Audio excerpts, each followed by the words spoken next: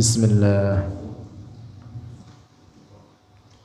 Summa i'tiqadu ahli sunnati wal jama'ati, kemudian keyakinan ahli sunnah wal jama'ah, annahu, bahwa sungguhnya, la yablughu, tidak sampai, ahadun, oleh seorang pun, minal khalqi, dari makhluk, al-wusulah, untuk wusul, untuk sampai atau untuk meraih, ila haqiqati sifatil kalami, kepada hakikat sifat kalam, lillahi, bagi Allah subhanahu wa ta'ala,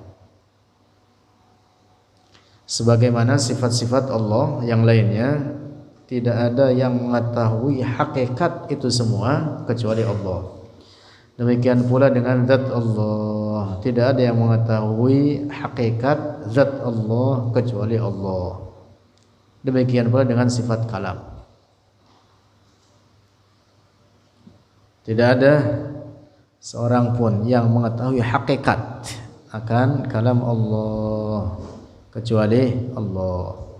Balil ladzina sami'u, akan tetapi alladzina sami'u, mereka yang telah mendengar, kalamahu az-zatiyah, akan kalam Allah az-zati. Wahum dan mereka alladzina fid dunya, di dunia, salasatun, itu tiga. Muhammad wa Musa sallallahu alaihi wasallama, wa Jibrailu, dan Jibrail atau Jibril sama. Raisul malaikati, pemimpin para malaikat, al-kirami, yang mulia, alaihimussalam. Faqad sami'u, maka telah mendengar oleh mereka, kalamallahi, akan kalam Allah. Fafahimu, maka memahami oleh mereka, alladzina sami'u, yaitu Musa, Nabi Muhammad, Nabi Musa, dan Jibril. Fafahimu, memahami oleh mereka, haqiqatahu, akan hakikat kalam Allah. Lakin, akan tetapi, biduni ihatatin, dengan tanpa meliputi. Fasayyiduna, maka sayyiduna Muhammadun sallallahu alaihi wasallam. Di sini catatan, mereka mendengar biduni ihatatin, dengan tanpa meliputi. Fasayyiduna, maka sayyiduna Muhammad sallallahu alaihi wasallam, sami'a kalam Allah, telah mendengar oleh sayyiduna Muhammad akan kalam Allah, marratan, satu kali. Wa Musa kadzalika, dan Musa demikian pula, sami'a, mendengar oleh Musa, marratan, satu kali. Wa Jibrilu, dan Jibril, sami'a, mendengar oleh Jibril, marratin, beberapa kali. Wal wasfu, dan mensifati, bil marrati, dengan beberapa kali, aidun, itu kembali, ila Jibril, kepada Jibril. La ila sifatihi ta'ala, tidak kepada sifatnya Allah ta'ala. Lianna Jibrila sam'uhu hadithun, karena Jibril, sama'nya Jibril, mendengarnya Jibril, hadithun, itu baharu. Wa amma Allahu, dan adapun Allah, fakalamuhu, maka kalamnya Allah, laisa bihadithin, tidak dengan baharu. Fala yusafu, maka tidak disifati kalam Allah, bitta'addudi, dengan berbilang. Kemarin sudah kita bahas kalam zat Allah, maha suci dari huruf, suara, dan bahasa. Demikian pula kalam Allah, suci dari bagian-bagian, dari hitungan, dari juzu. Karena itu la yusafu bitta'addud. Penyebutan Jibril mendengar kalam Allah marrat, beberapa kali. Yang dimaksud marrat di sini kepada Jibrilnya, kepada Jibrilnya. Adapun kalam Allah tidak disifati dengan sebagian atau seluruhnya, tidak disifati dengan ta'addud, hitungan, bilangan-bilangan. Pernah kita bahas bahwa sifat ma'ani, yaitu sifat yang seandainya Allah membuka hijab dari kita, dari makhluknya ini, maka makhluk tersebut dapat melihat sifat tersebut. Nah, demikian para ulama kita mendefinisikan sifat ma'ani. Lau kushifa 'anna al-hijab la ra'aynahu. Seandainya diangkat atau dibuka hijab dari kita, maka kita dapat melihatnya. Sifat ma'ani itu apa? Qudrah, iradah, terus apa terus? Qudrah, iradah, ilmu, hayat, sama, basar, kalam. 7. Sifat apa namanya? Summal ma'ani sab'atun lirra'i. Terus ay ilmuhul muhitu bil asya'i wa qudratun hayatuhu wa qudratun irada wa kullu syai'in kainun arada. Pada lupa. Baca tiap hari sih lupa mulu. Sifat ma'ani Sol, ada berapa Sol? 7. Itu apa? Qudrah, irada, ilmu, hayat, sama', basar dan kalam. Nah, jadi para ulama kita mengatakan dalam makna sifat ma'ani ini, seandainya dibuka hijab dari kita, maka kita dapat melihatnya. Terkait dengan sifat kalam, Allah membuka hijab dari Nabi Musa, Nabi Muhammad dan malaikat Jibril, sehingga mereka mendengar kalam Allah tersebut yang bukan huruf, bukan suara dan bukan bahasa. Kalam zatnya. Nah, ini di dunia. Ini apa? Di dunia. Allah membukakan hijab dari Jibril, dari Rasulullah dan Nabi Musa, sehingga mereka memahami akan kalam zat Allah yang bukan huruf, bukan suara dan bukan bahasa. Karena itulah Nabi Musa mendapat gelar istimewa Kalimullah. Rasulullah, Nabi Muhammad jauh lebih tinggi derajat Kalimullahnya dibanding Nabi Musa. Begitu. Rasulullah lebih tinggi. Lanjut. Wa amma yaumul qiyamati, dan adapun hari kiamat, fa jami'ul ibadi, maka seluruh para hamba, yasma'una, mendengar oleh mereka, jami'ul ibad, kalamullahi, akan kalam Allah, alladzi la yushbihu kalama ahadin, yang tidak menyerupai oleh kalam Allah akan kalam seorang pun, minal alamin, dari seluruh alam. Tanpa kecuali nanti dari kiamat semua manusia akan mendengar kalam Allah yang bukan huruf, bukan suara dan bukan bahasa. Fal mu'minu, maka seorang mukmin, wal kafiru, dan seorang kafir, kullun, seluruh mereka, yasma'u, mendengar oleh kullun kalam Allah Ta'ala, akan kalam Allah Ta'ala, dzalikal yaumi, pada itu hari, dari kiamat nanti. Mengapa? Karena di hari kiamat nanti yang menghisab mereka adalah langsung Allah. Dalam hadis nanti akan ketemu di bawahnya itu sabda Rasulullah, ma minkum min ahadin illa sayukallimuhu rabbuhu yaumal qiyamati laisa bainahu wa bainahu turjuman. Setiap orang nanti akan dihisab oleh Allah. Dan Allah menghisab mereka sangat cepat. Allah berfirman, wa huwa asra'ul hasibin.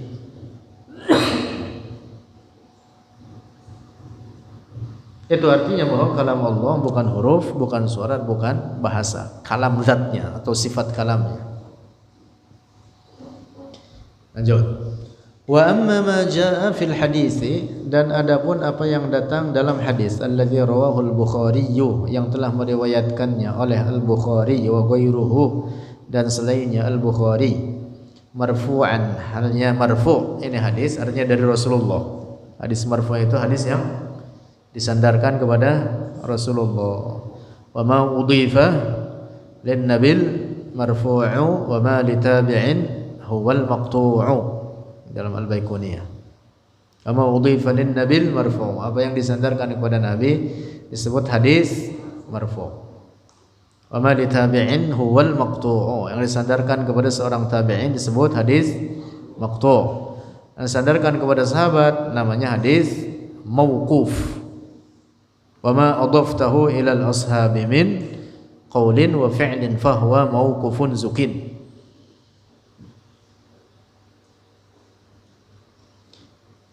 An Abi Hurairah, dari Abi Hurairah. Lanjut. Ada hadis riwayat Imam Bukhari, hadis marfu' dari Rasulullah, diriwayatkan dari Abi Hurairah radhiyallahu anhu, salasatun, 3 kelompok atau 3 golongan, la yukallimuhumullah yaumal qiyamati. Nah, di sini ada kalimat la yukallimuhum.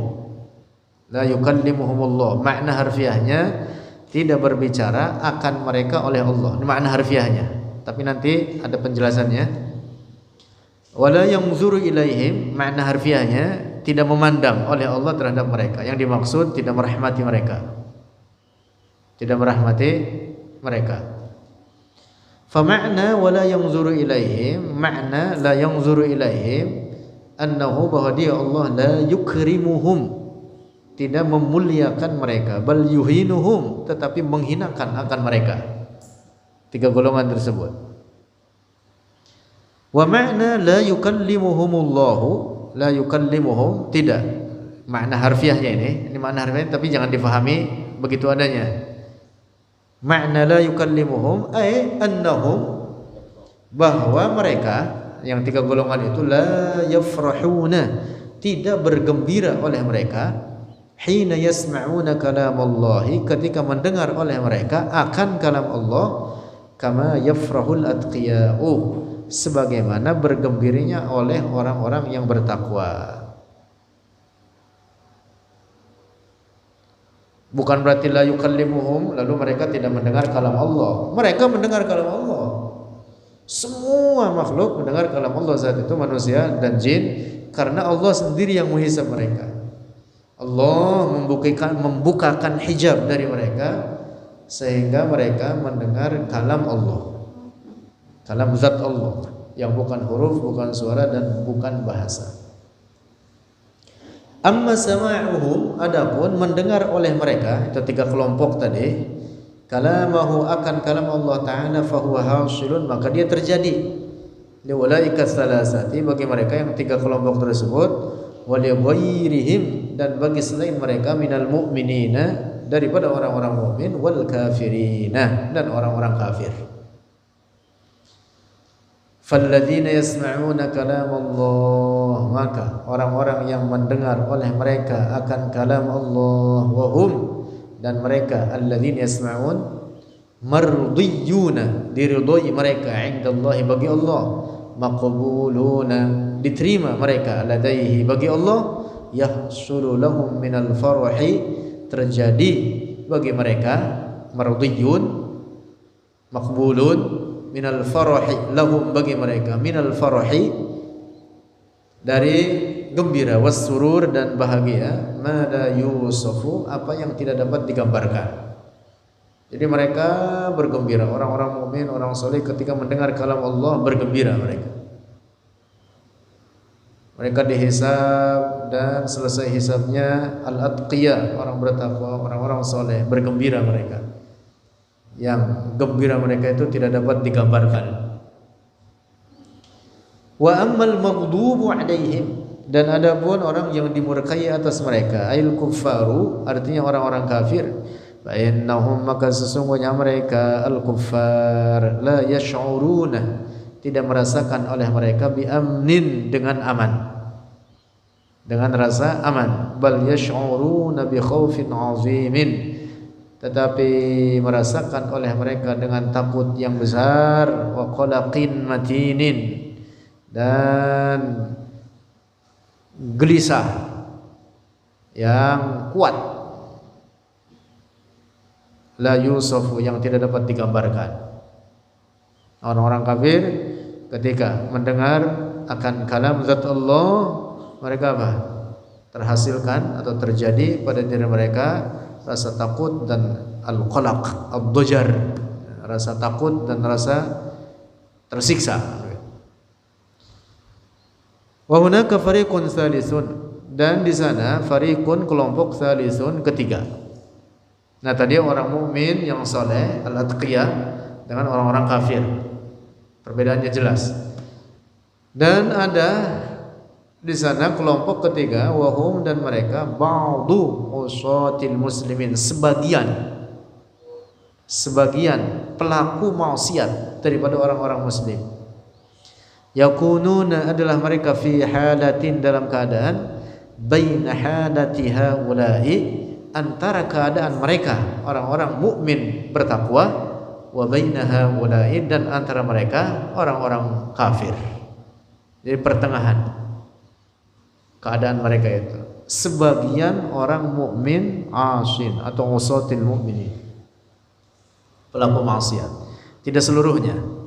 Oleh karena ada sebagian usatul mukminin diampuni dosa-dosanya oleh Allah, walaupun mereka min ahlil kabair. Maka di sini disebutkan sebagian daripada pelaku maksiat daripada orang-orang muslim yang tidak diampuni dosa mereka oleh Allah. Pelaku maksiat mereka, tapi mereka orang-orang mukmin. Nah, keadaannya di akhirat adalah pertengahan antara keadaan orang-orang kafir dan orang-orang al-atqiyah, orang-orang yang bertakwa, orang-orang mukmin bertakwa, orang-orang saleh. Wa fi hadzal ma'na, dan dalam ini makna, warada fi sahih, telah datang dalam hadis sahih, al-hadisul masyhur, yaitu hadis yang masyhur, alladzi rawahu al-Bukhari, yang telah meriwayatkannya akan hadis al-Bukhari oleh al-Bukhari, at-Tirmidzi dan oleh at-Tirmidzi, wa Ibnu Majah dan oleh Ibnu Majah, wa ghairuhum, dan selain mereka, marfu'an, halnya marfu'. Itu hadis artinya disandarkan kepada Rasulullah bersabda, ma minkum, tidaklah dari kalian, min ahadin, dari seorang pun, illa sayukallimuhu, kecuali akan berbicara akan dia, ahad, rabbuhu, oleh Tuhannya, laisa bainahu, tidak ada antara dia, ahad minkum, wa bainahu, dan antara Allah, terjumanun, penterjemah. Yang dimaksud, setiap orang nanti akan mendengar kalam zat Allah. Wa hadzal mauqifu, dan ini mauqif, ini peristiwa nanti, itu peristiwa hisab, alladzi sayaqifuhu al-'abdu, yang akan berdiri padanya itu mauqif al-'abdu, oleh setiap hamba, wa yasma'u fihi, dan mendengar padanya mauqif kalam Allah, akan kalam Allah, laisa kawqufi insanin amama malikin, bukan seperti berdirinya seorang manusia di hadapan seorang raja. Nah, jadi pahami bahwa setiap orang nanti akan didirikan untuk dihisab oleh Allah langsung, tapi tidak boleh dikatakan di hadapan Allah dalam pengertian berhadap-hadapan, muwajahah. Tidak boleh dipahami begitu. Nauzubillah, itu keyakinan rusak. Maka sebaiknya hindari kata-kata di hadapan Allah. Itu kata-kata buruk gitu. Misalkan kalau dalam bahasa Arabnya biasa diungkapkan baina yadayi rabbil alamin. Akan, yang dimaksud oleh ungkapan ini maksudnya akan dihisab oleh Allah langsung. Nah, tetapi pengertiannya bukan muwajahatan, bukan berhadap-hadapan seperti kita menghadap raja. Bukan. Laisa kawuqufi insanin, bukan seperti berdirinya seorang manusia amama malikin, di hadapan seorang raja, bi annahu, dengan bahwa dia yakunu bainahu, ada antara itu man atau itu insan, wa baina dzalikal maliki, dan antara itu raja, masafatun, jarak, wa muqabalatun dan berhadapan bijihatin dengan arah. Menghisab oleh Allah atas setiap orang hamba biduni masafah wala muwajahah.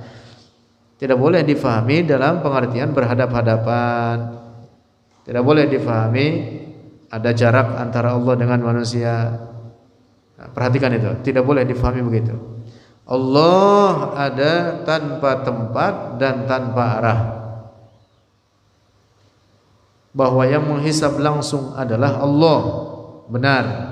Tetapi tidak boleh difahami bahwa proses hisab tersebut muwajahatan atau muqabalatan, berwajah-wajahan, bertatap muka, nauzubillah, atau muqabalatan, berhadap-hadapan. Allah tidak dikatakan di dalam surga, juga tidak dikatakan di luar surga. Di dalam dan di luar itu sifat benda. Tidak boleh dikatakan bagi Allah di luar atau di dalam. Tidak boleh dikatakan bagi Allah menempel atau terpisah. Allah bukan benda, maha suci dari bentuk dan ukuran, ada tanpa tempat dan tanpa arah.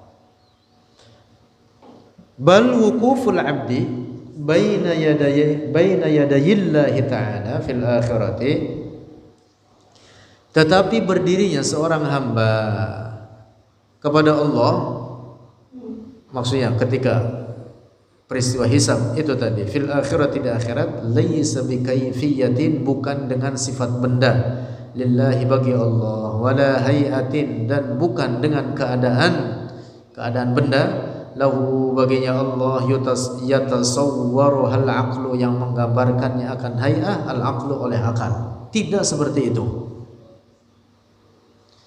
Innama, sesungguhnya hanyalah yu'minul mu'minu, beriman oleh seorang mukmin, bi'annahu, dengan bahwasanya yakunullahu, bahwa adanya Allah, bila jihatin, dengan tanpa arah, wala kaifiyatin, dan tanpa sifat benda, wala masafatin, dan tanpa jarak, fahuwa subhanahu, maka dia Allah subhanahu, la yataghayyaru, tidak berubah, wala yajri alaihi zamanun, dan tidak berlaku atasnya Allah zamanun, oleh tempat. Wa makna baina yadayillah. Nah, ini penting ini. Karena sering orang mengartikan kalimat ini dengan makna harfiahnya, lalu diartikanlah dengan dikatakan di hadapan Allah. Hindari itu makna seperti itu. Makna baina yadayillah ay fi mauqifil hisab, artinya di peristiwa hisab, yaqiful abdu, berdiri oleh setiap hamba, lil hisabi, untuk dihisab. Ay fi halil hisab, artinya dalam keadaan dihisab. Walaysa ma'nahu, dan bukan maknanya baina yadayillah, annallaha, bahwa Allah lahu aidin, Allah memiliki tangan-tangan, bimakna jawarihi, dalam makna anggota badan, tuhasirul abda, yang akan meliputi akan para hamba, mengelilingi akan para hamba, wa tuhitu bihi, dan meliputi bihi, dengannya hamba. Bukan itu maknanya. Bukan dalam makna kama yuhitul hadinu bil mahduni, seperti meliputinya yang mengelilingi oleh yang dikelilingi, seperti pagar mengelilingi yang ada di dalamnya dikelilingi. Tidak boleh difahami baina yadayillah dalam makna itu, difahami bahwa Allah tangannya banyak, atau difahami dalam makna kalimat tersebut Allah punya dua tangan, atau difahami dalam makna bahwa manusia nanti berhadap-hadapan dengan Allah. Nauzubillah, itu pemahaman rusak. Jadi makna baina yadayillah bukan yada baina yadayillah. Ya, di sini bukan artinya anggota badan, bukan makna tangan. Tapi yang dimaksud untuk mengungkapkan bahwa setiap hamba itu langsung akan dihisab oleh Allah, sedetailnya. Tidak ada suatu apapun yang terlepas dari hisab tersebut. Ta'ala Allahu, maha suci dia Allah, an awsafil khalqi ajma'in, dari seluruh sifat-sifat makhluk ajma'in, seluruh mereka. Nah, jadi kalam Allah, sifat kalamnya yang dimaksud, atau kalam zatnya Allah, bukan huruf, bukan suara, dan bukan bahasa. Adapun Al-Quran disebut kalam Allah adalah dalam makna ungkapan yang menunjukkan bagi kalam zatnya, ungkapan yang menunjukkan bagi kalam zatnya. Bukan artinya Allah mengeluarkan huruf-huruf seperti bacaan kita, seperti kita baca Al-Quran, Alhamdulillahirabbil alamin, atau ayat Yasin. Bukan berarti Allah mengucapkan huruf ya dan sin, bukan. Tetapi kalimat-kalimat Al-Quran tersebut adalah ibaratun anil kalamil zati, adalah ungkapan daripada kalam zat Allah, ungkapan dari kalam zat Allah. Nah, ungkapan ini bukan susunan Jibril, bukan susunan Nabi Muhammad, tapi sudah ada demikian adanya di Lauh Mahfuz. Dari Lauh Mahfuz inilah kemudian dibawa oleh malaikat Jibril, diturunkan kepada Rasulullah. Sebelumnya diturunkan sekaligus ke langit dunia, yaitu satu tempat langit dunia namanya Baitul Izzah. Lalu dari Baitul Izzah ini turun kepada Rasulullah secara berangsur-angsur dalam kurun waktu kurang lebih 23 tahun. Ada yang karena sebab tertentu, ada yang karena peristiwa tertentu, walaupun tidak semuanya ada sebabnya. Nah, ayat-ayat yang memiliki sebab itulah kemudian disebut dengan sababun nuzul, sebab turunnya ayat. Catatan penting, dalam surat Yasin ada firman Allah, innama amruhu idza arada syai'an ay yaqula lahu kun fayakun. Ini hati-hati dengan terjemahan ayat ini, karena terjemahannya sangat literal. Terjemahannya mengatakan, harfiah sekali, mengatakan apabila berkehendak oleh Allah terhadap sesuatu, maka Allah berkata kun baginya, maka jadilah dia. Allah berkata-kata kun, jadilah, maka jadilah apa yang dikehendaki oleh Allah itu. Ada sebagian orang memahami ayat ini, difahami olehnya bahwa Allah berkata-kata dengan kun, mengeluarkan huruf kaf dengan nun. Nauzubillah. Orang berkeyakinan demikian, Allah mengeluarkan huruf, berkata-kata, ini orang dihukumi kafir, keluar dari Islam. Tashbih, menyerupakan Allah dengan makhluknya. Para ulama kita di kalangan ahli tafsir, di belakang kita banyak kitab tafsir, Al-Fakhr Razi, Al-Qurtubi, At-Tabari dan lain sebagainya, menjelaskan yang dimaksud oleh ayat ini adalah untuk mengungkapkan tentang cepatnya dan pasti terlaksananya segala apa yang dikehendaki oleh Allah tanpa ada siapapun yang dapat menghalanginya.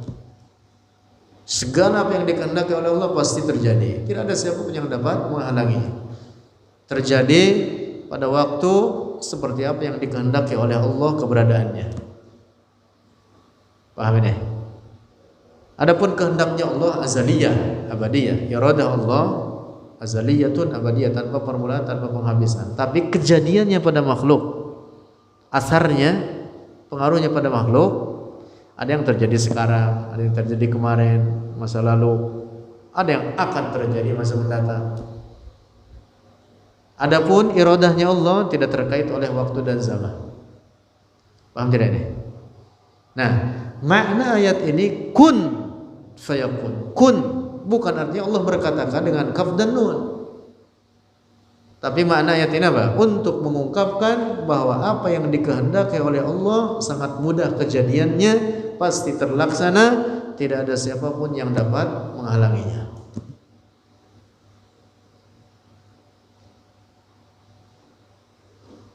Ini yang dimaksud dengan firman Allah kun fayakun. Itu ada beberapa ayat selain surat Yasin dengan ayat seperti ini berulang dalam ayat Al-Quran, kun fayakun. Ada beberapa ayat, lebih dari 5 ayat. Nah, makna itu semua bukan dalam pengertian harfiahnya, bukan dalam pengertian bahwa Allah berkata-kata dengan huruf kaf dan nun. Wallahu a'lam bishawab. Insyaallah ya udah hampir 200 halaman kita bahas tentang kalam